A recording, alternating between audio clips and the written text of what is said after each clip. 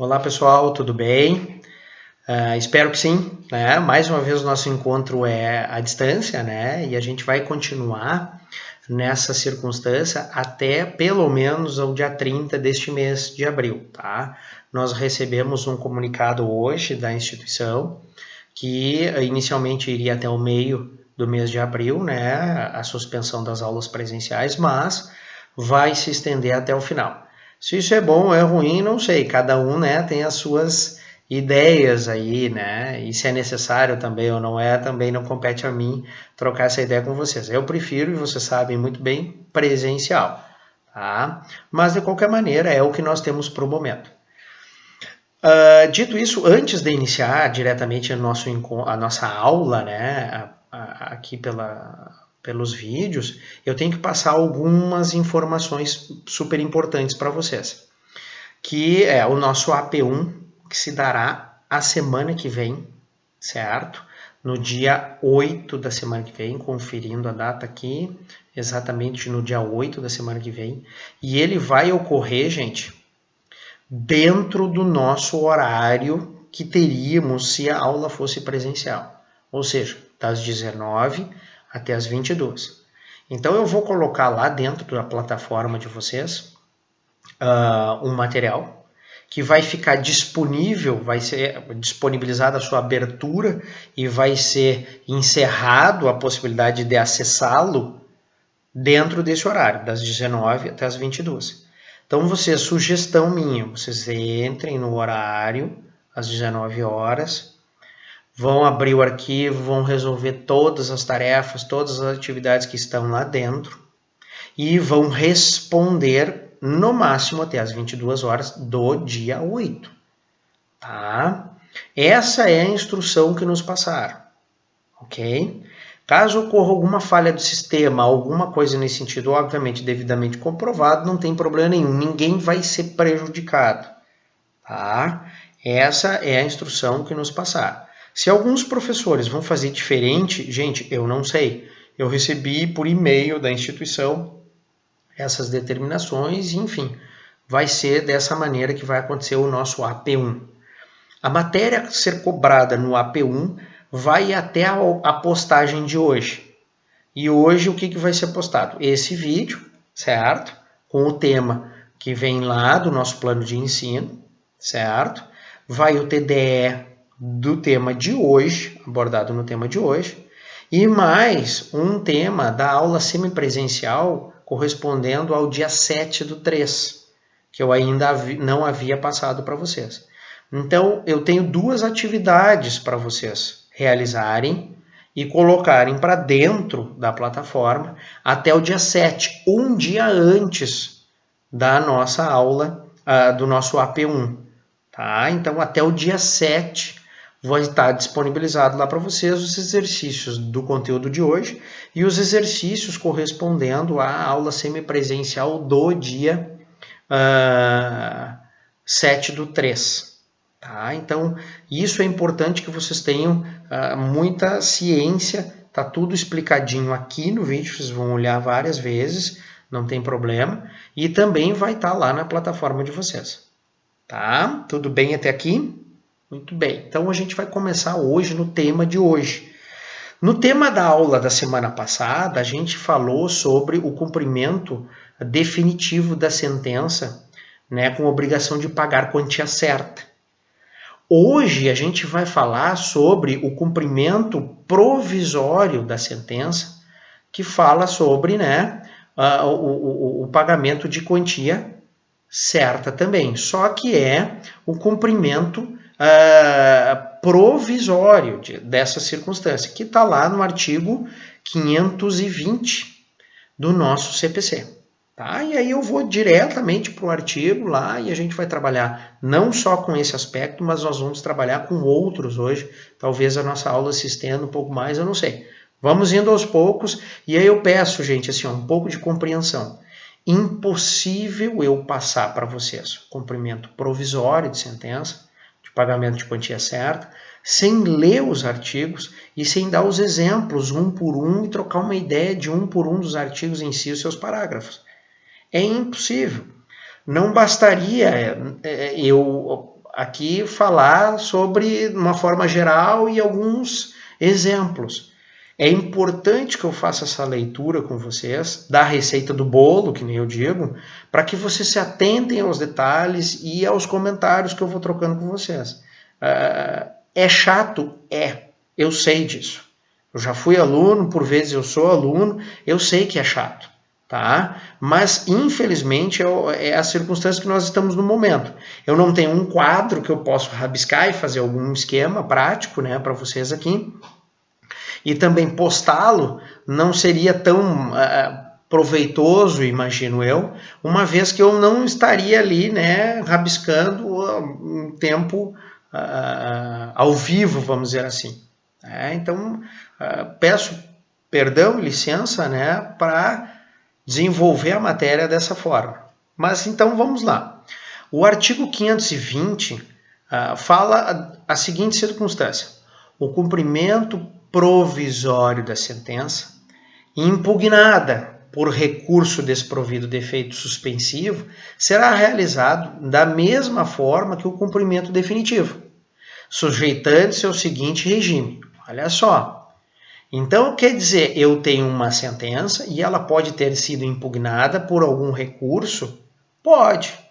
Desde que esse recurso não tenha efeito suspensivo, eu posso, de imediato, buscar o cumprimento provisório dessa sentença.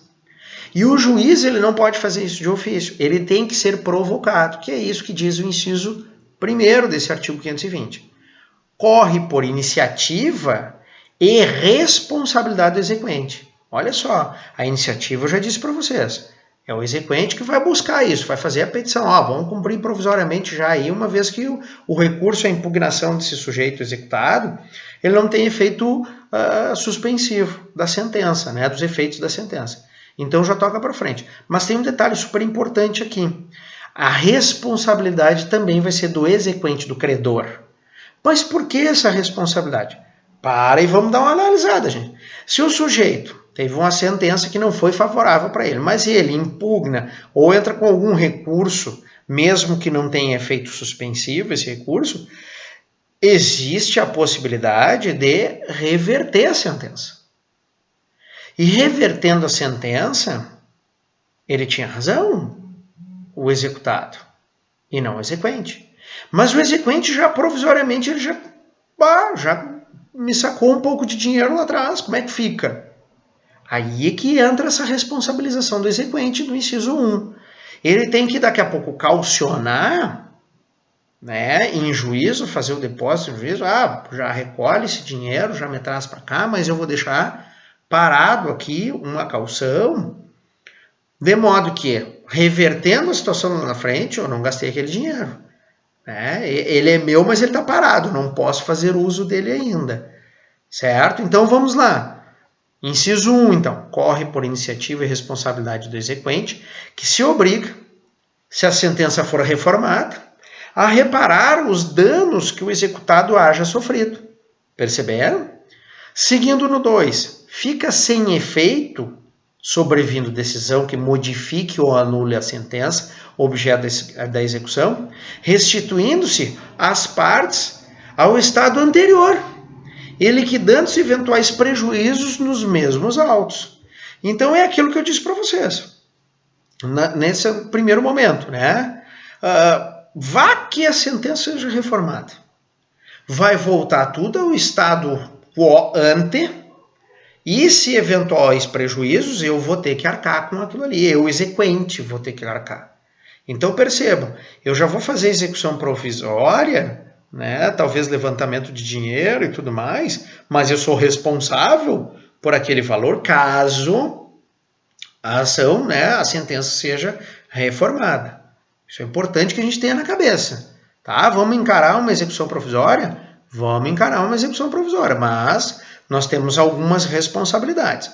Inciso 3º. Se a sentença objeto de cumprimento provisório for modificada ou anulada apenas em parte, somente nesta parte, né, ficará sem efeito a execução. Então, perceba, eu também vou ser responsável, caso revertida a sentença, né, em parte dela, vou ficar responsável talvez em devolver parte daquilo que eu provisoriamente vinha executando. Tá? Então é proporcional, digamos assim. Depois vamos para o inciso 4.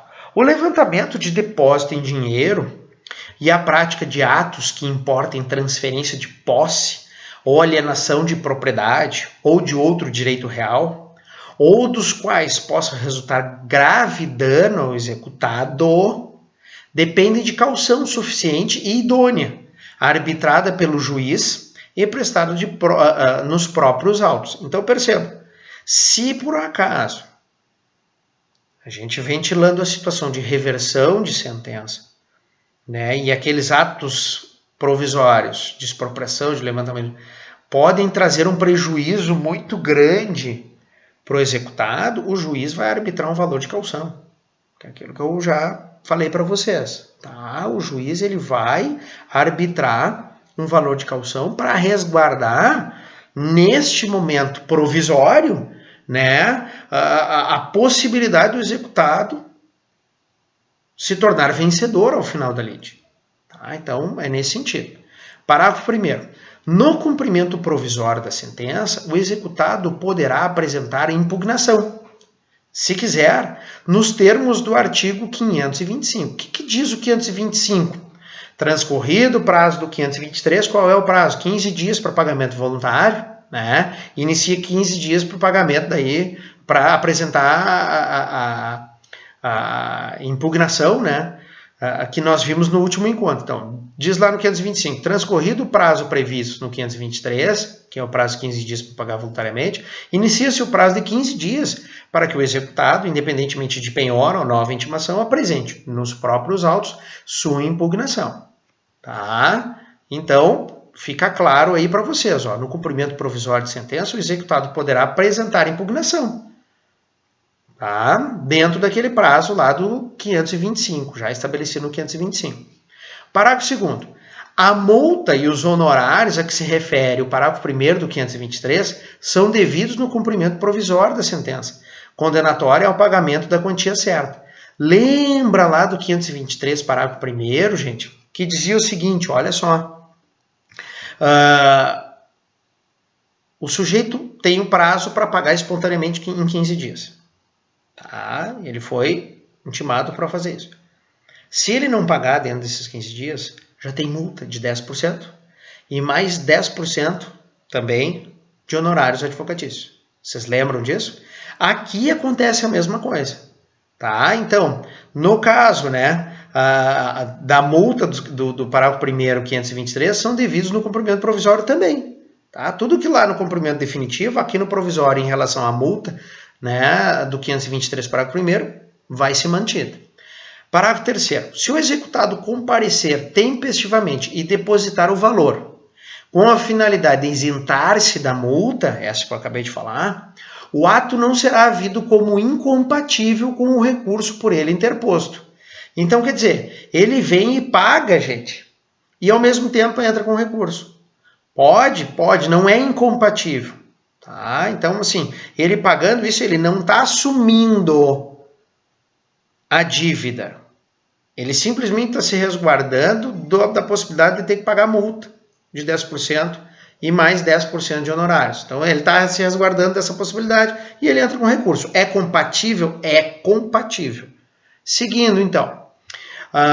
Quarto, a restituição do estado anterior a que se refere o inciso 2, né, não implica o desfazimento da transferência de posse ou da alienação da propriedade ou de outro direito real eventualmente já realizado. Eu não vou desfazer essa transferência, certo? Ressalvado, claro, que aí tem alguns casos que sim, sempre o direito à reparação dos prejuízos causados ao executado. Tá? Então, assim, ó, eu vou ter que resguardar os prejuízos que eu gerei por executado.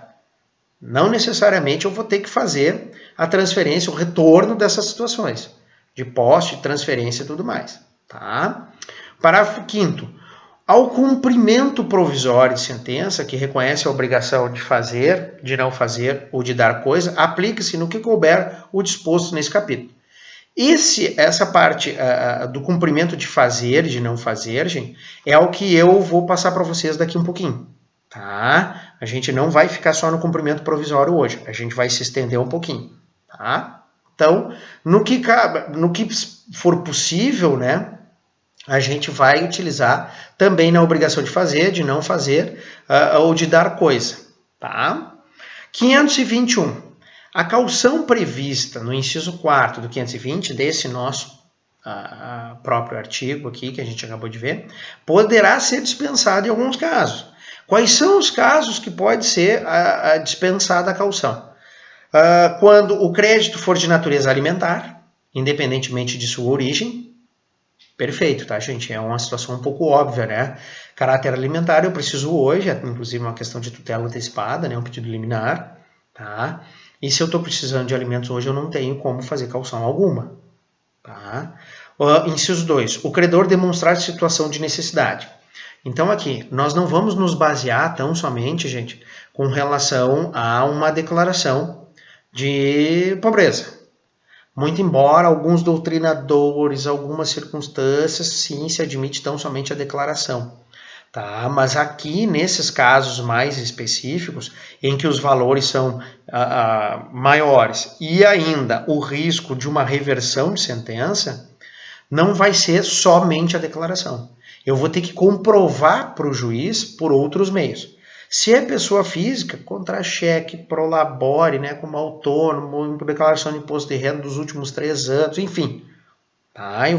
Se for pessoa jurídica, eu vou ter que demonstrar através de receita da empresa, tá? Pelo menos do último ano. Eu tenho que demonstrar que a minha empresa está capenga, tá? Ou, né, umas circunstâncias assim, né? Olha, nós estamos passando aí por uma situação de falência, né? Enfim, tá? Eu vou ter que comprovar por outros meios, sendo CNPJ. Muito bem. Seguindo, inciso 3º. Pender o agravo do artigo 1042. O agravo do 1042 é quando o presidente do tribunal, gente, que resolveu algum recurso, na verdade, resolveu, né? Enfim, o presidente do tribunal, ele não aceita o pedido de recurso especial ou recurso extraordinário para subir para o STF. Então, é o presidente do tribunal que determina isso, certo? E aí, quando o sujeito entra com um agravo para destrancar esse recurso, certo? Dentro desse quadro, nessa circunstância, o juiz pode dispensar o sujeito de caução, tá? Porque ainda está pendente de recurso especial, extraordinário, aliás, ainda está pendente do agravo de instrumento, que é um recurso para chegar no especial extraordinário. Então, dentro desse quadro, é autorizado que o juiz abra mão, né, da situação de caução. Seguindo um pouquinho mais adiante, inciso 5 agora. A sentença a ser provisoriamente cumprida estiver em consonância com súmula da jurisprudência do Supremo Tribunal Federal ou do STJ, né, ou em conformidade com o acordo proferido no julgamento de casos repetitivos. Então, assim, se a sentença estiver dentro dessa circunstância, né, estiver em consonância, vai ser desnecessário, né, a caução pelo exequente. Lembrando, gente, a caução quem dá aqui é o exequente, é o credor. Tá? Seguindo, então, parágrafo único. A exigência de caução será mantida quando da dispensa for resultar manifesto risco de grave dano, de difícil ou incerta reparação. Vai ser mantida a determinação do juiz com relação à caução, se por um acaso, exatamente como foi escrito na legislação ali, quase impossível reparar o prejuízo ao executado se vier a ter uma reversão de sentença. Então, assim, como é que eu vou te estender algo agora para você, credor? Algo que se amanhã reverte a sentença, você, credor, não tem como devolver da mesma forma, né, que você está pegando. Então, dependendo do caso, o juiz não vai abrir mão da caução. Tá? Seguindo ainda. 522. o cumprimento provisório de sentença será requerido por petição dirigida ao juiz competente. Perfeito, tá? Parágrafo único. Não sendo eletrônicos os autos, a petição será acompanhada de cópias das seguintes peças do processo, cuja autenticação, né, a autenticidade, poderá ser certificada pelo próprio advogado, porque nós temos fé pública, tá, gente? Sob sua responsabilidade pessoal. Tá? E aí, quais são os documentos que a lei determina que devam estar presentes dentro deste requerimento de cumprimento provisório? Não se trata aqui de uma petição inicial, tá, gente? É uma petição dentro do corpo do próprio processo. Tá? E aí eu tenho que instruir de que maneira? Com a decisão exequenda, certidão de interposição do recurso, não dotado de efeito suspensivo, se é que houve, né? Procurações outorgadas pelas partes, decisão de habilitação, se for o caso, e facultativamente outras peças processuais consideradas necessárias para demonstrar a existência do crédito. Tá? Aí daqui a pouco vocês vão me perguntar assim, ó, Matheus, mas é dentro do próprio processo, o que eu quero com essa documentação voltar no repeteco? É verdade sim, gente. Por quê? Porque isso facilita o juiz na busca dos documentos. Imagine agora um processo, né, gigante, com 5, 6, 10, 15 volumes. O juiz perdendo tempo para olhar e verificar se está tudo ok, se está tudo correto. Não vai dar muito certo, né? Nós vamos perder aí um tempo precioso, né, do juiz lá, do serventuários, tudo mais, nessa busca. Então a gente facilita dessa maneira. Em que pese ainda possa haver, né, outras circunstâncias e outros entendimentos, inclusive tem doutrinadores que pensam ser desnecessário, mas a legislação assim determina. Para quem vai fazer OAB, né, e algum concurso, gente, qual é a minha sugestão? Na vida real, da boa, como é que funciona? Na vida real, daqui a pouco eu nem coloco tudo isso e vai, passa batido. Mas eu não vou sugerir isso para vocês de forma alguma, até porque amanhã vocês estão fazendo OAB e vai ser procurado a legislação da OAB, não o que o professor Matheus disse, ou talvez até o que um doutrinador falou. É o que está na lei. Tá? Então, na dúvida, se abraça na lei. Tá? Que isso fique muito claro para vocês.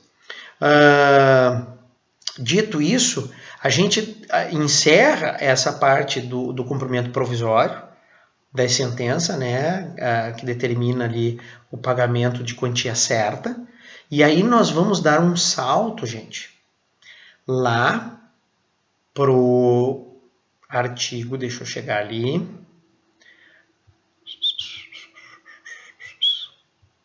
536, do cumprimento de sentença que reconhece a exigibilidade de obrigação de fazer ou de não fazer ou de entrega de coisa. Até porque agora, dentro do nosso cumprimento provisório, nós fizemos referência exatamente a esses artigos aqui, a esse modo de cumprimento de sentença. Tá? E aí vocês daqui a pouco vão me perguntar assim, mas Matheus, por que para cada circunstância tem um cumprimento de sentença diferente? Pagamento de quantia certa, né? O provisório para a quantia certa, agora, cumprimento que reconhece a obrigação de fazer ou de não fazer ou entrega de coisa, porque imaginemos a seguinte situação, vou dar um exemplo para vocês aqui perceberem porque cada um tem uma receitinha diferente. Execução de pagamento de quantia certa, é um valor, 100 mil reais. Como é que eu vou cumprir isso? Cara, eu quero expropriação, eu quero penhora, eu quero busca de dinheiro ou penhora de bens para satisfazer os 100 mil reais que esse sujeito está me devendo. Vai adiantar eu aplicar dentro do procedimento de pagamento de quantia certa uma multa diária por descumprimento? Uma multa, uma estrente. A gente chama de estrente. Tá? Cada dia que passa acrescenta mais R$1.000 na conta do fulano. Gente, aí é uma questão um pouco meio óbvia, assim, né? Se ele não me pagou 100 dentro do prazo de 15 dias, né? A partir do 16º dia, cada dia que passa, ele vai ficar me devendo mais 1.000. Se ele não me pagar 100, vocês acham que ele vai se sentir compelido a pagar? Não, agora aumentou a conta para mais 1.000. Agora eu vou ter que pagar, senão daqui a pouco vai ser 110 mil. Ele não está preocupado com isso. Então, dentro desse contexto do pagamento por quantia certa, que é dinheiro, a multa não vai fazer muita diferença. Do meu ponto de vista, nenhuma. Tá? Por isso que lá na receita do bolo, para cobrar a quantia certa, a multa só vai recair sobre, né, o valor da causa ali no sentido geral, né, e o que é disponibilizado para o exequente no final, e honorários, que daí vai para o advogado do exequente. Ponto. Mais nada. Tá? Agora, na obrigação de fazer ou de não fazer, aí o sujeito ele não tem que pagar, ele tem que fazer. E aí ele vai se sentir compelido, se eu não fizer, vai ter R$1.000 de multa. Opa, eu acho que eu vou ter que ir lá fazer.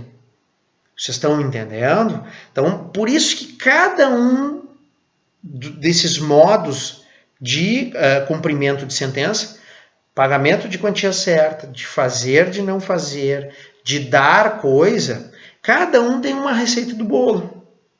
Vou mais longe ainda, que é tema da aula semipresencial de vocês, os exercícios da aula semipresencial de vocês sobre quantia certa contra a fazenda pública e execução de alimentos, cumprimento de execução de alimentos. São duas receitas de bolo que também têm as suas peculiaridades, que são diferentes dessas três que eu estou terminando hoje para passar para vocês. Certo? Então aqui, o cumprimento de pagamento de quantia certa contra a fazenda pública, a gente vai lá receber através de precatório. É uma especificidade. É uma matéria que vocês têm questões lá para resolver e é pesquisa, porque é da aula semipresencial e ela compõe 4 horas aulas. Dos alimentos, a mesma coisa. Vai ser pesquisa, tá? E tem as suas especificidades. Porque aqui, né, eu vou aplicar multa, algo parecido nos alimentos? Não, eu vou para a prisão civil. Então, eu tenho meios coercitivos para resolver um cumprimento de sentença, executar o cumprimento de sentença para determinado cumprimento. Né? Pagamento de quantia certa, contra a fazenda pública, quantia certa, alimentos, que é, né, meu Deus, questão de condição humana, né, de sobrevivência. Dar de entrega de coisa, né, ou fazer e não fazer. Cada uma delas tem uma receita de bolo diferente. Óbvio que em dados momentos, em cada uma delas, eu posso combinar uma coisa com a outra. E a lei está dizendo isso. Agora a gente viu o cumprimento provisório, que ele falou do cumprimento de fazer e de não fazer. Eu posso combinar um com o outro. Do cumprimento de pagar a quantia certa, com o provisório, eu também posso combinar uma coisa com a outra se não for incompatível. Tá? Então percebam, para cada um deles tem uma receita de bolo diferente. E aí agora a gente vai para uma outra receita de bolo, que é no 536, que fala, tá, gente, sobre o cumprimento de sentença que reconhece a exigibilidade da obrigação de fazer, de não fazer ou de entrega de coisa. Então vamos lá, 536. No cumprimento de sentença que reconheça a exigibilidade da obrigação de fazer ou de não fazer, o juiz poderá, de ofício ou a requerimento. Então pode ser uma parte ou da outra, né? Para a efetivação da tutela específica, né, ou da obtenção da tutela pelo resultado prático equivalente, determinar as medidas necessárias à satisfação do exequente. Então, dependendo de cada caso, o juiz de ofício ou a requerimento vai já determinar como é que vai ser cumprida aquela sentença dentro daquela obrigação de fazer, de não fazer, ou de entregar a coisa. Tá? Parágrafo 1º desse artigo. Para atender o disposto no caput, o juiz poderá determinar, entre outras medidas, olha só, fica aberto isso para o juiz, poderá determinar, entre outras medidas, a imposição de multa, busca e apreensão, a remoção de pessoas e coisas, o desfazimento de obras e o impedimento de atividade nociva, podendo, caso necessário, requisitar o auxílio de força policial. Percebam, gente, que aqui nós temos que obrigar a parte a fazer alguma coisa. Eu não vou pegar o braço dela e começar lá a virar massa para levantar uma pilha de tijolo lá transformando uma parede. Eu não posso fazer isso. Mas eu posso, de outra forma, de outros meios coercitivos, né, induzir, compelir, obrigá-la a fazer. E mesmo que eu não consiga fazer isso, eu vou transformar talvez em reparação de danos. Que é aquele caso que eu trabalhei com vocês na aula passada. Quando eu contrato um sujeito para determinada circunstância e esse sujeito é o único que pode fazer aquela determinada circunstância. Vou chamar lá o Pitangui, né? Eu dei um exemplo no outro dia em sala de aula. Não foi nessa aula de vocês de DPC3, mas foi num outro encontro, se eu não me engano. Que assim, ó, eu contratei ele, eu paguei ele e ele precisa fazer a plástica. Ele não pode mandar o estagiário dele fazer a plástica, ou o sócio dele, ou seja quem for. É a obrigação dele de fazer. E ele está cometido numa doença grave lá, o que vai acontecer agora? Bom, como essa obrigação é personalíssima, o juiz vai transformar isso em reparação de danos. Porque o Pitangui não vai conseguir fazer a cirurgia. Ou ele se acidentou, perdeu a mão, o braço, ele tá, enfim, não vai ter como ele resolver esse problema. Tá? Então eu estou dando aqui um exemplo para vocês de como é que a gente pode resolver de outras formas. E isso está bem claro pelo legislador ali quando ele diz, o juiz poderá, entre outras medidas. Então ele vai aplicar uma multa, ele vai aplicar isso, vai aplicar aquilo. Dentro de cada caso, ele vai estabelecer um modo de obrigar o sujeito a fazer ou deixar de fazer ou ainda entregar a coisa. Tá? Seguindo ainda. Onde é que nós estamos? Me perdi. Parágrafo 2º. O mandado de busca e apreensão de pessoas e coisas será cumprido por 2 oficiais de justiça. Observado o disposto do artigo 846, parágrafo 1º ou 4º, se houver necessidade de arrombamento. Então, olha só, gente. Antes de qualquer coisa, busca e apreensão é de coisa móvel. Tá? Se for coisa imóvel, é imissão na posse. Eu já trabalhei com vocês naquele encontro, se eu não me engano, que eu estava na Ubra. Já foi online, mas eu escrevi no quadro. Se eu não me engano, foi nesse encontro. Então, assim, quando eu trato de busca e apreensão, é de coisa móvel. Posso fazer isso de pessoas? Posso. Posso fazer isso de uma criança, tenho guarda compartilhada, uma é direito de visita, guarda unilateral, tem que entregar a criança, é dia da visita do pai ou da mãe, não importa, e aí a pessoa não entrega, e aí o pai ou a mãe fica desesperado, e aí promove uma petição no judiciário e vem a acontecer a busca e apreensão. Pode? Pode. 2 oficiais de justiça. Aí ocorre ainda, o sujeito está dentro de casa, está se ocultando, a criança está lá dentro berrando, o que vai acontecer? Pedido dos oficiais de justiça, tá? Para o juiz determinar o arrombamento, que daí é o 846 ali que nós estamos conversando, tá? Parágrafo 1º ou 4º. E aí, força policial em conjunto.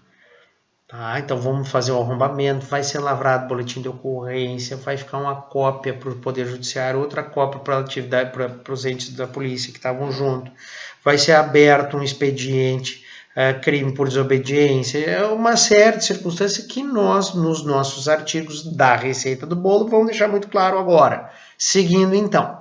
O executado incidirá nas penas de litigância de má-fé quando injustificadamente descumprir a ordem judicial, sem prejuízo de sua responsabilização por crime de desobediência. Acabei de falar para vocês.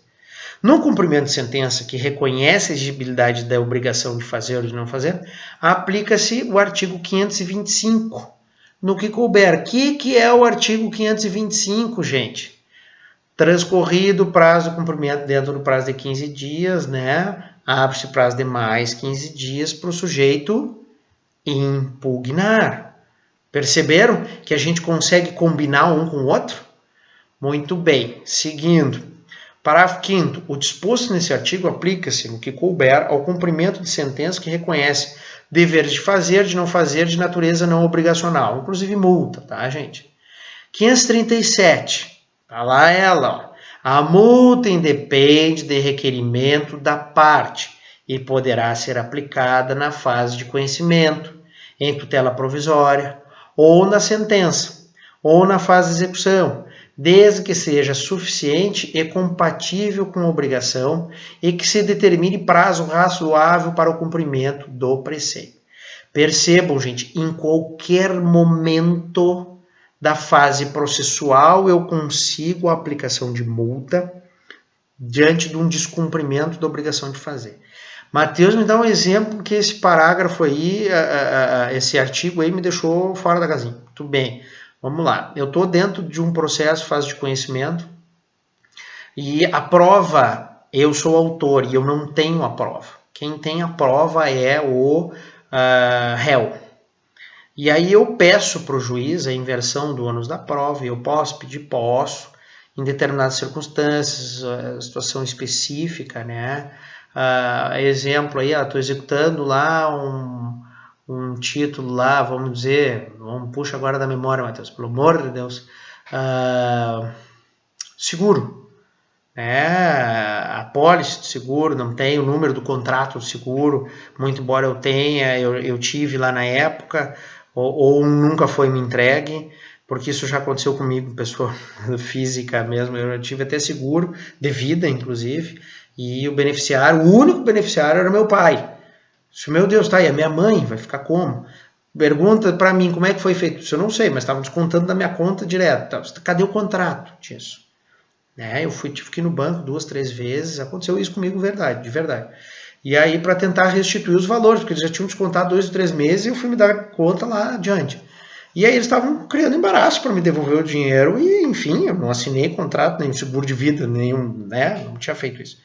Mas, e aí? Como é que funciona? E aí, digamos que eu tivesse que ter ido para o judiciário. Que prova eu tenho que eu não assinei o contrato? Em regra, os contratos ficam com o banco, nesse caso, nesse exemplo que eu estou dando para vocês. E então eu entro com uma cautelar de exibição do documento. Tá? Então, assim, eu vou fazer um incidente dentro do processo, que é para me acautelar, exigindo que o réu traga os documentos para dentro do processo.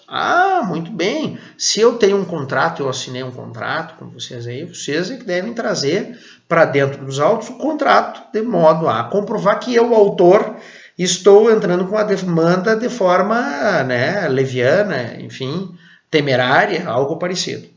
Tá?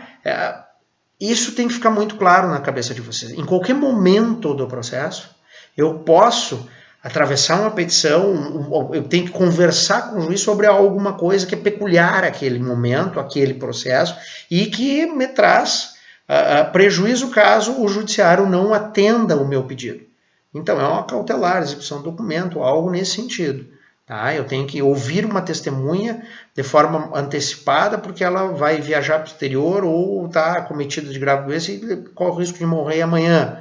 Enfim, N situações nas quais eu tenho que estabelecer algum critério para que o réu cumpra determinada circunstância. Nesse último caso que eu falei da testemunha, não cabe muito ao nosso tema neste momento, mas com relação ao documento que eu falei para vocês da apólice de seguro, sim, cabe perfeitamente para dentro do nosso tema aqui. Tá? Então, seguindo um pouquinho mais adiante. Parágrafo 1º do 537. O juiz poderá, de ofício ou a requerimento, modificar o valor ou a periodicidade da multa vincenda ou excluí-la, caso verifique que, olha as hipóteses, se tornou insuficiente ou excessivo. Tá? A obrigação 2. A obrigação demonstrou, demonstrou cumprimento parcial superveniente da obrigação ou justa causa para descumprimento. Perfeito. Tá? Então, existem as possibilidades para nós nos aproximarmos do justo para ambos os lados, tá, gente?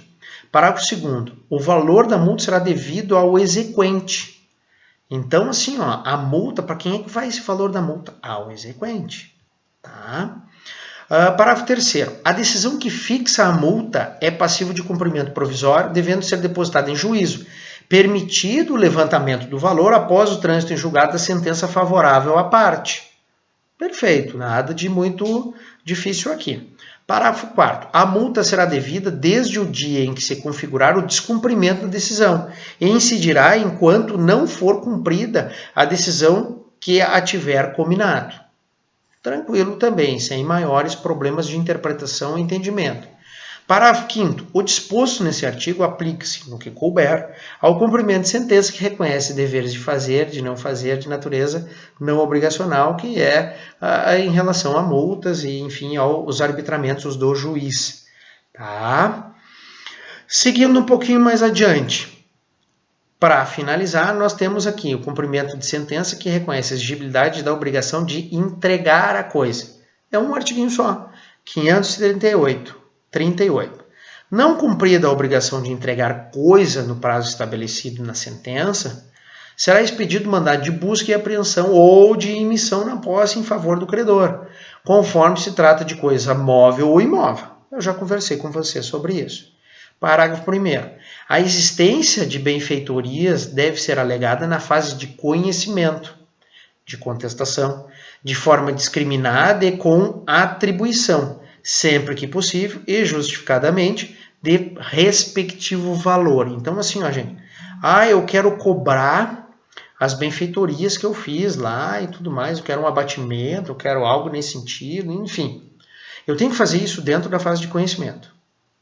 Tá? Eu tenho que ir lá na contestação e eu tenho que, assim, ó, discriminar o que aconteceu, eu tenho que, além de discriminar, trazer o valor, eu tenho que trazer os orçamentos, 3 orçamentos, tá? Para que isso não tenha problema futuro. Eu não vou conseguir cobrar ou fazer qualquer abatimento se eu não fizer isso dentro da fase de conhecimento ou na contestação, trazendo os orçamentos, tá? Parágrafo 2º. O direito de retenção por benfeitorias deve ser exercido na contestação na fase de conhecimento, tá? A retenção de qualquer benfeitoria, seja ela qual for, também eu tenho essa peculiaridade. Tá? E o parágrafo 3º. Aplica o seu procedimento previsto nesse artigo, no que couber, as disposições sobre cumprimento de obrigação de fazer ou de não fazer. Vocês viram mais uma vez? A gente vai combinando. Nós temos aqui 5 receitas de bolo. Nós vimos, eu já conversei com você sobre 3. E elas se combinam. Em alguns momentos eu posso buscar daqui para cá e vice-versa entre elas todas. E isso está expresso na receita do bolo. Tá? O material que eu vou lançar para vocês agora é um TDE sobre sobre esses últimos aspectos que eu conversei com vocês. Provisório, cumprimento provisório de pagamento de quantia certa, fazer e não fazer e entrega de coisa. Tem 3 circunstâncias e o TDE de hoje é sobre essas 3 circunstâncias aqui. Tá? E eu também estou lançando para vocês lá a tarefa, que é uma tarefa de pesquisa e responder as questões com relação à obrigação de pagar a quantia certa quando o exequente é a fazenda pública e quando se trata de alimentos. Aí vocês vão responder esta outra tarefa que diz respeito à aula semipresencial do dia 7/3. Tá, pessoal? Não me esquecendo, semana que vem vocês têm um encontro na plataforma para resolver a avaliação AP1, que se inicia às 19 horas e se encerra às 22. Vocês terão um prazo de entrar na plataforma das 19 e entregar as respostas até as 22. Tá? Qualquer dúvida em relação a qualquer material e tudo mais, vocês podem entrar em contato comigo pelo WhatsApp, enfim, olhem os vídeos. Lá na plataforma também tem várias bibliografias, tem tudo lá dentro, gente. É uma bibliografia comentada, inclusive. Tá? Lembrando, essas tarefas que eu estou postando hoje para vocês, da semipresencial e do TDE de hoje, vocês têm o prazo até o dia 7 para me entregar. Tá? No dia 8 vai ser somente o AP1. Tá? Tudo de bom para vocês. Qualquer dúvida, entre em contato. Um abração. Até mais, galerinha. Tchau, tchau.